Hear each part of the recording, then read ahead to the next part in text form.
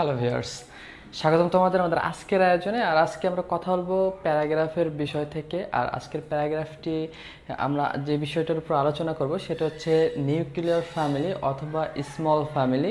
এই প্যারাগ্রাফটা বেশি দেখা যায় হচ্ছে ইন্টারমিডিয়েট লেভেলে, যারা ফার্স্ট ইয়ার অথবা সেকেন্ড ইয়ার উঠেছো তাদের ক্ষেত্রে এই প্যারাগ্রাফটা অনেক ইম্পর্টেন্স আছে।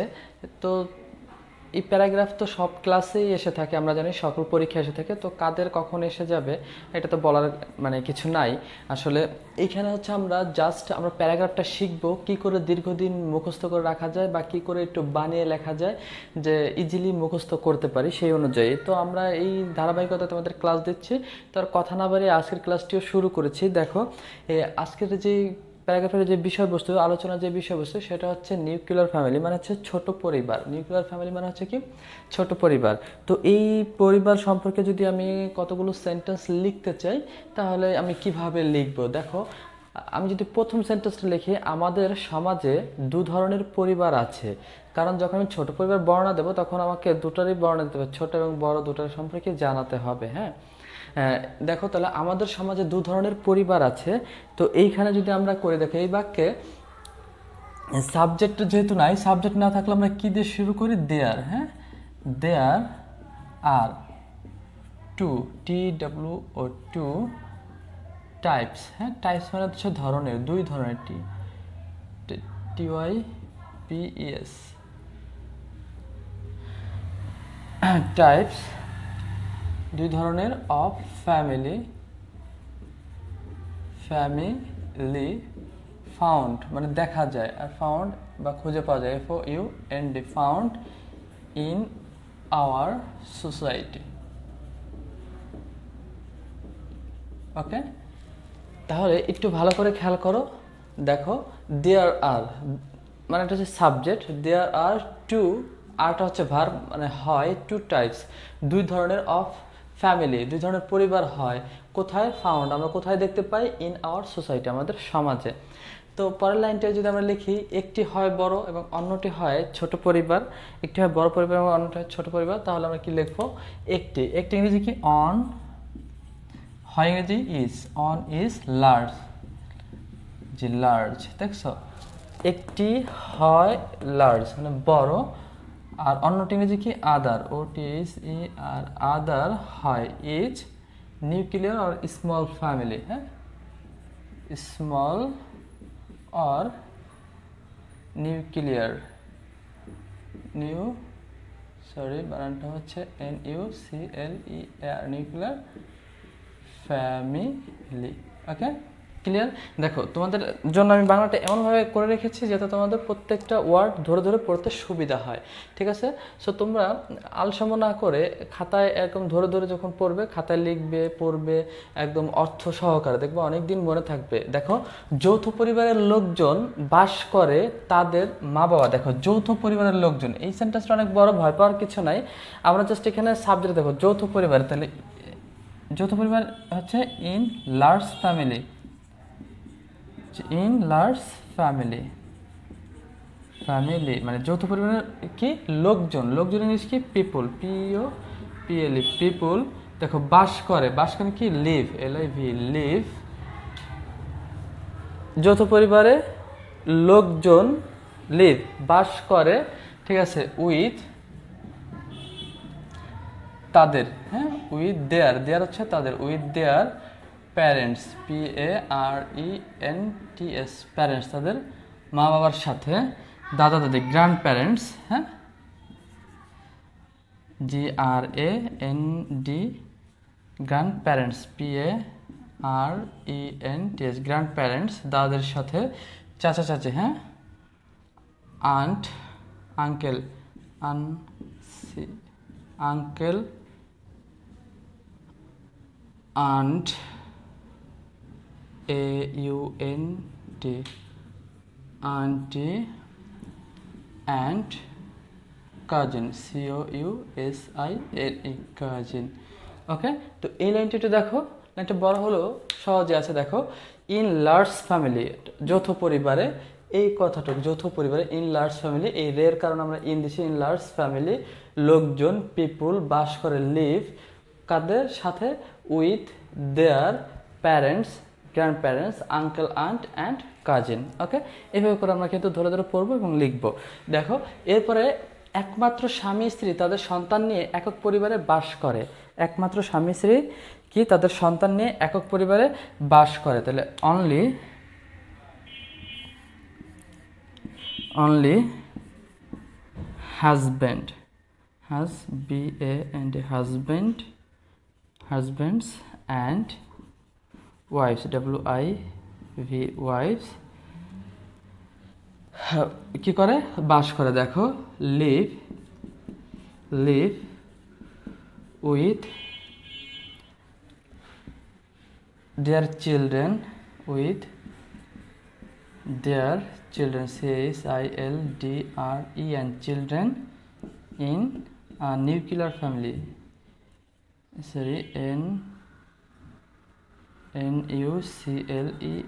nuclear family। এলাইনটা দেখো, একমাত্র স্বামী স্ত্রী তাদের সন্তান নিয়ে একক পরিবারে বাস করে। Only husband and wives live with, বাস করে তাদের উইথ দেয়ার চিলড্রেন, তাদের সন্তান নিয়ে কোথায় বাস করে? ইন আ নিউক্লিয়ার ফ্যামিলি, একটি ছোট পরিবারে। ওকে, তার মানে ছোট পরিবারটা হচ্ছে যেখানে শুধুমাত্র স্বামী স্ত্রী থাকবে এবং তাদের সন্তানে থাকবে। এখানে চাচাতো ভাই বোন বা চাচা বা দাদা দাদির কোনো মানে কথা বলা হয় নাই। ঠিক আছে, তা আমি আমার মা বাবার সাথে একক পরিবারে বাস করি, এটা যদি আমি লিখতে চাই প্যারাগ্রাফের মধ্যে, তাহলে আমরা কীভাবে লিখবো? দেখো, তাহলে আমি আমার মা বাবার সাথে একক পরিবারে বাস করি। I live with my parents, parents in a nuclear family,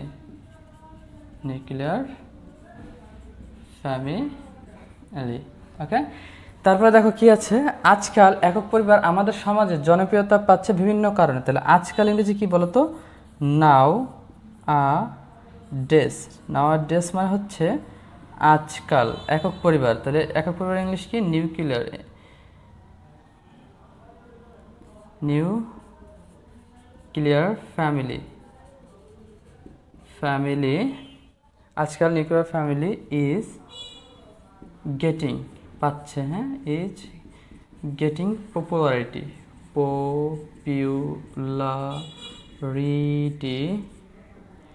পাচ্ছে, জনপ্রিয়তা পাচ্ছে ইন আওয়ার সোসাইটি, আমাদের সমাজে। ইন আওয়ার, দেখো SOCIETY, সোসাইটি, বিভিন্ন কারণে। তো বিভিন্ন কারণে ইংলিশটা কি বলতো? ফর ভেরিয়াস রিজন, বিভিন্ন কারণে। For various, VARIOUS, various reason, REASONS। দেখো, ফর ভেরিয়াস রিজনস। নাওয়াডেজ মানে আজকাল। দেখো, নিউক্লিয়ার ফ্যামিলি একক পরিবার, ঠিক আছে, পাচ্ছে, ইজ গেটিং পাচ্ছে, কি পাচ্ছে? জনপ্রিয়তা, পপুলারিটি, জনপ্রিয়তা, ইন আওয়ার সোসাইটি, আমাদের সমাজে।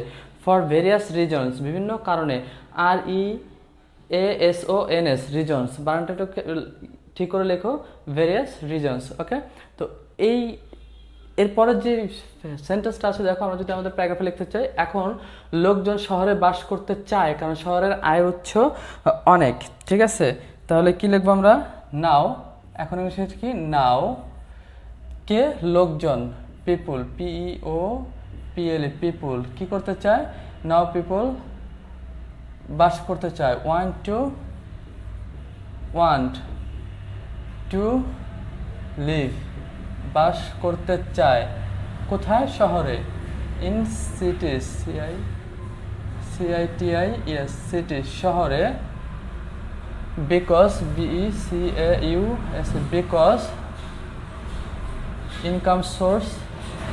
দেখো, এরপরে কি আছে যে মানে শহরে আয়ের উৎস অনেক। তো আয়ের উৎস যে অনেক, এটা আমরা কিভাবে লিখবো? তো because a lot of income source, income source আর হয়, আর available, A V A B I, available, available, available in cities, cities, available in cities। দেখো AVAIL বানানটা একটু AVAIL, AVAIL, available বানানটা হচ্ছে AVAIL, available, available, available in cities। দেখো এখানে বাক্যটা একটু দেখি আমরা।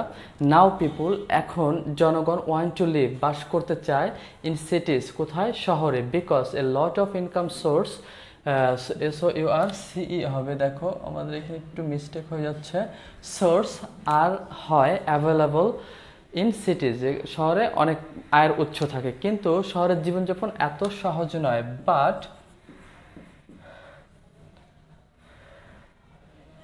cities life, cities life, life is not so easy, কিন্তু শহরের জীবনযাপন এত সহজ নয়। এই কথাটাও কিন্তু আমরা প্যারাগ্রাফের মধ্যে লিখে দিয়ে আসতে পারি। যদিও তারা অনেক আয় করে, তারা আপনার সদস্যবিষ্ট পরিবার চালাতে অক্ষম।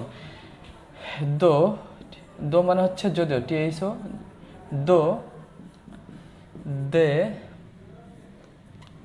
earn much, they cannot maintain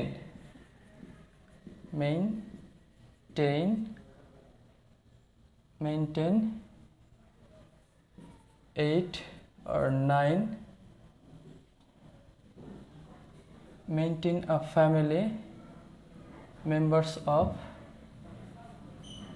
cannot maintain a family, sorry আমরা এখানে লিখি a family,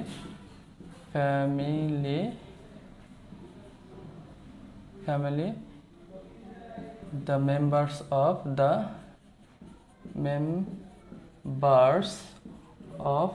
8 or 9। দেখো যদিও তারা অনেক আয় করে, দো মানে হচ্ছে যদিও, দে আর্ন মাচ, তারা অনেক আয় করে, দে ক্যান নট মেনটেন, তারা পরিচালনা করতে পারে না, এ ফ্যামিলি, একটা পরিবার, দ্য মেম্বার্স অফ 8-9 সদস্য বিশিষ্ট একটি কি পরিবার তারা চালাতে পারে না বা অক্ষম, তাই তারা একক পরিবারে বসবাস করতে পছন্দ করে, so they like to live in a nuclear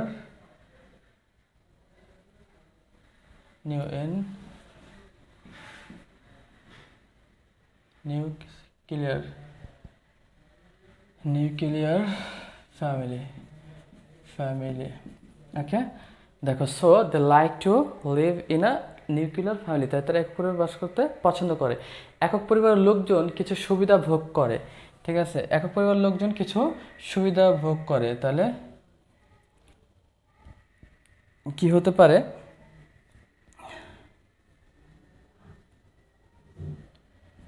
the member of nuclear family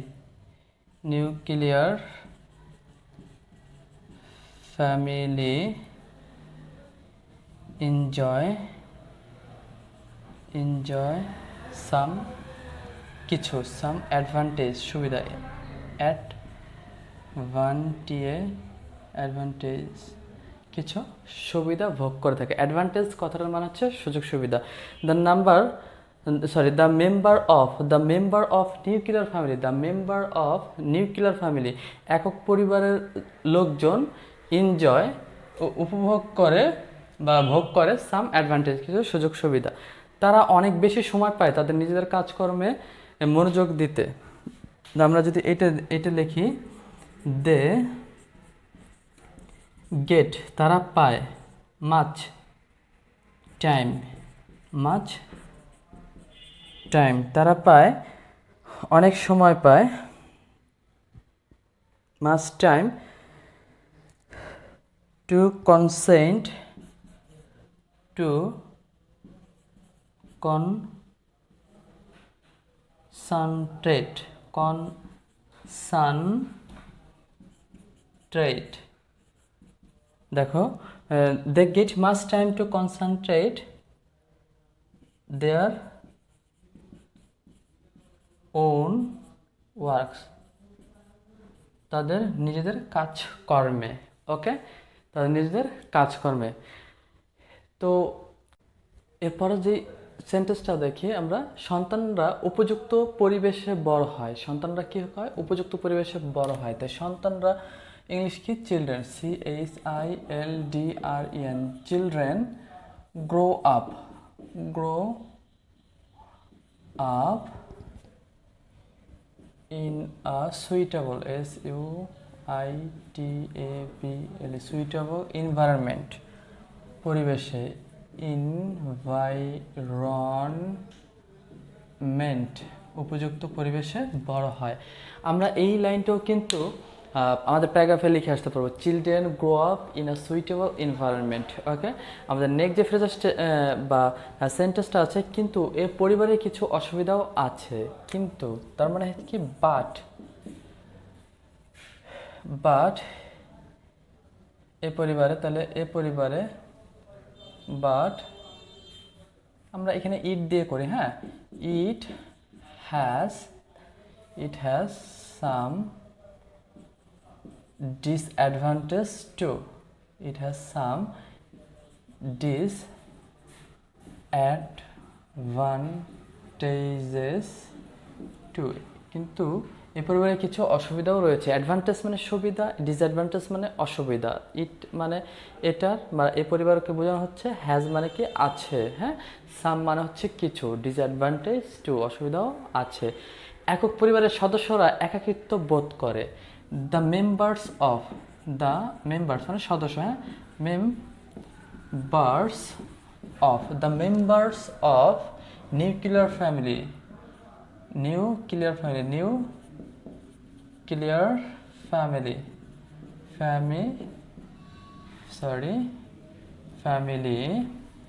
feel বোধ করা, কি বোধ করে, একাকিত্ব, লোনলি, একাকিত্ব বোধ করে। The members of nuclear family feel lonely, okay. আমরা এই বাক্যটা কিন্তু লিখে দিয়ে আসবো। তারা তাদের অনুভূতিগুলো ভাগাভাগি করতে পারে না, ঠিক আছে। দে কান্ট শেয়ার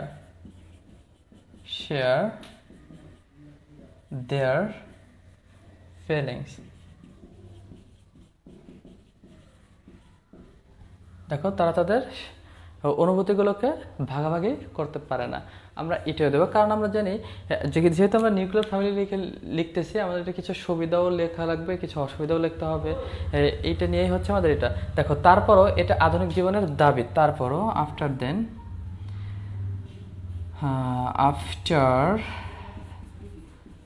দেন তারপরও it is the need of, দেখো ইট ইজ, এটা হয় নিড, দাবি, নিড অফ মডার্ন লাইফ, আধুনিক জীবনের দাবি, কারণ, বিকজ, বিকজ, কারণ,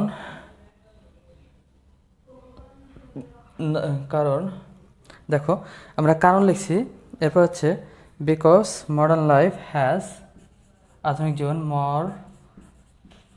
মডার্ন, এই যে কারণ, এরপরে আধুনিক জীবন, modern life, LIF, modern life, আধুনিক জীবন, হ্যাজ মানে হয়েছে, বিকাম মাচ বিজি, হ্যাঁ, মাচ বিজি, বিজি, অ্যান্ড কি বলতো, প্রতিযোগিতামূলক, কম্পিটিটিভ, নাও